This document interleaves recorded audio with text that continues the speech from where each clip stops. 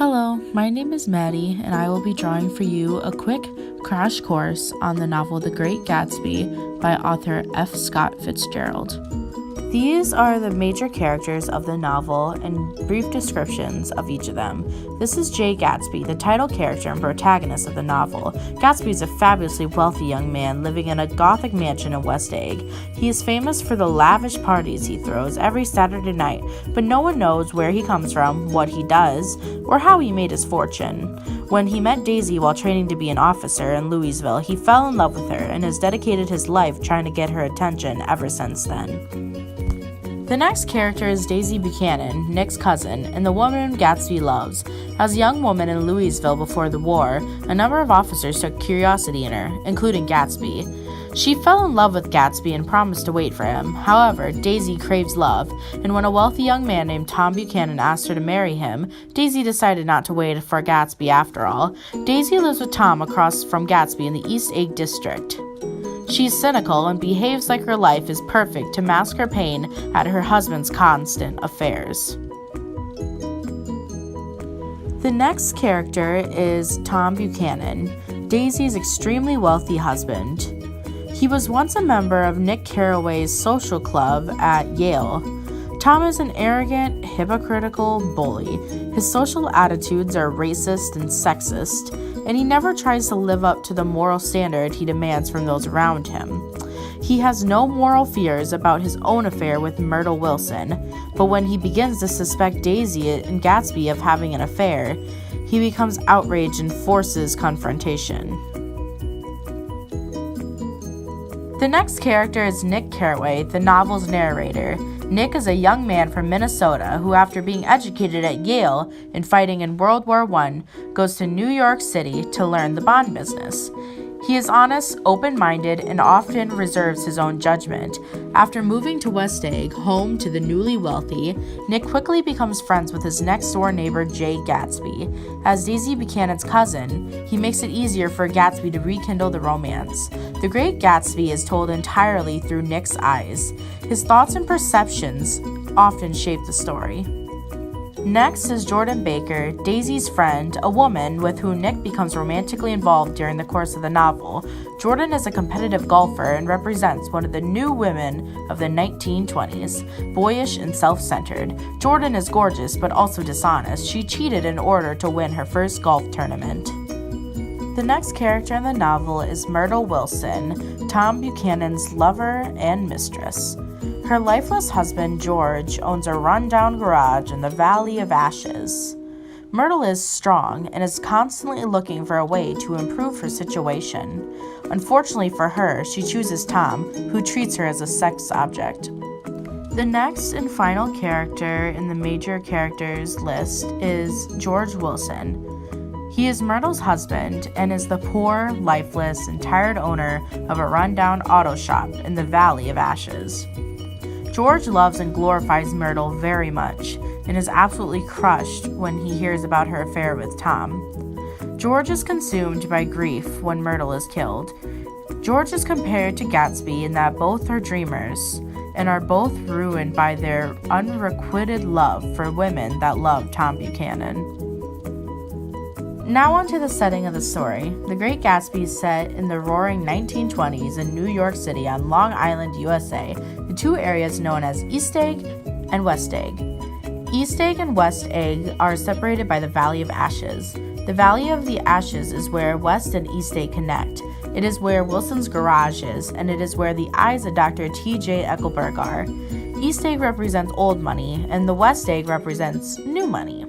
Old money is established inherited wealth. Tom and Daisy are old money. New money is those whose wealth is recently acquired rather than inherited, like Jay Gatsby and the narrator, Nick Carraway.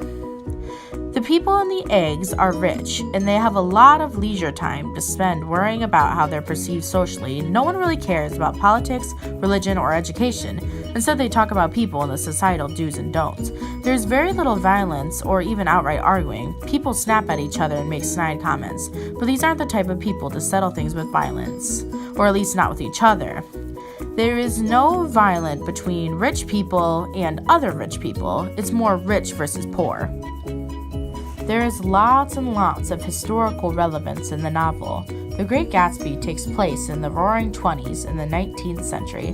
The 1920s were full of sexual liberation, parties, and money. The most familiar symbol of the Roaring Twenties is the flapper, a young woman with bobbed hair, short skirts. They drank, smoked, and said whatever they wanted.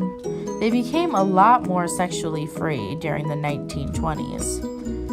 During the 1920s, many Americans had extra money to spend, and they spent it on consumer goods, such as ready-to-wear clothing, home appliances like electric refrigerators. They also bought radios. Cars were becoming a huge consumer product in the 1920s as well. There were also many cultural divisions. Historians have called a cultural civil war during the 1920s. This happened between city dwellers and small-town residents, Protestants versus Catholics, blacks versus whites, and new women and the advocates of old-fashioned family values. These cultural civil wars were a large part of the Roaring Twenties society.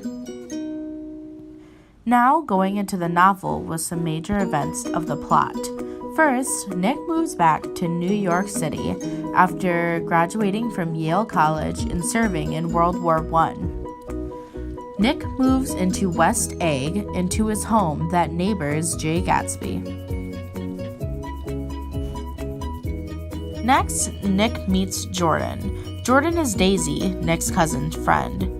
Nick is over at dinner at the Buchanan's house, and they introduce. Once Jordan and Nick meet, she becomes a love interest. Jordan asks Nick if he knows Gatsby, but is interrupted by a phone call to Tom.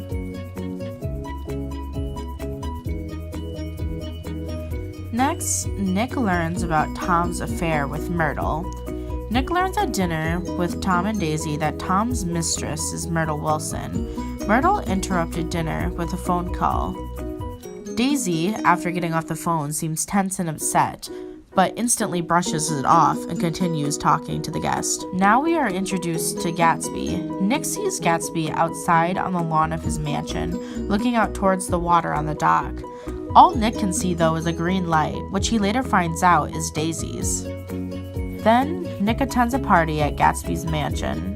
Nick finds out he is one of the few people actually invited to the party.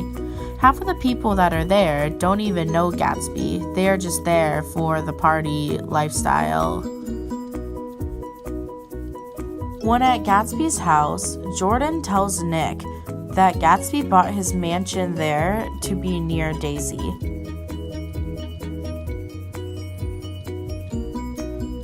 Jordan then tells Nick that Gatsby wants to know if Nick will invite Daisy over sometime soon. Then Gatsby starts to befriend Nick. The only reason that Gatsby is befriending Nick is to get to Daisy. Now on to the reunion of Gatsby and Daisy. Nick is able to get Gatsby over to have tea with Daisy and Nick, and they are reunited at last. Gatsby has built his life around being able to once see her again. Once reunited, Gatsby and Daisy's love starts to rekindle as the time goes on. The confrontation between Tom and Gatsby. Daisy tells Tom that she never loved him back. Gatsby also gets upset and shows the undesirable side of himself. He lets go of what he has created himself to be and ruins any chance of him and Daisy ever having a future. While driving in a car with Gatsby, Daisy hits Myrtle, Tom's mistress and George's wife. Gatsby takes responsibility for killing Myrtle, and Daisy goes all the way back to her mansion, never even acting like the thing happened. Now on to Gatsby's death. George Wilson shoots Gatsby for killing Myrtle, and then kills himself. Gatsby's death is significant because he has already died when his future relationship with Daisy was completely stripped away during their argument with Tom. Now his physical body is set free. The final major event of the novel is Gatsby's funeral. Almost no one comes to Gatsby's funeral, which is strange because so many people came to Gatsby's elaborate parties. Daisy and Tom move away, and Nick moves back out west. Now onto a few major themes and the overall meaning of the novel. First, there is society and class. The novel has a huge divide between the already wealthy, the newly wealthy, and the poor people. That is why there is the Valley of the Ashes between the two eggs. The next major theme of the novel is love. There is false love and true love. The book is full of who loves who, and who's with who, and who will stay with who. Gatsby circles his life around trying to get back Daisy's love. Now the theme of Visions of America. The American dream is supposed to stand for independence and the ability to make something of oneself with hard work. But it ends up being more about materialism and selfish pursuit of pleasure. No amount of hard work can change where Gatsby came from. Hard work is enough, and Gatsby's American dream collapses. One of the final major themes of the novel is wealth. Wealth is a large theme in the novel. Wealthy people live better lives. They don't have to work for anything, and they are free to be as stupid as they want with their money.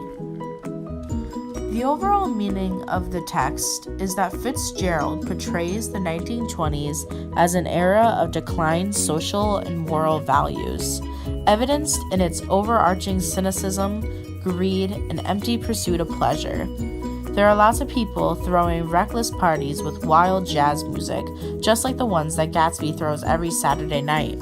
These parties resulted in the corruption of the American dream, as Americans' desire for money and pleasure took over the want of actual goals.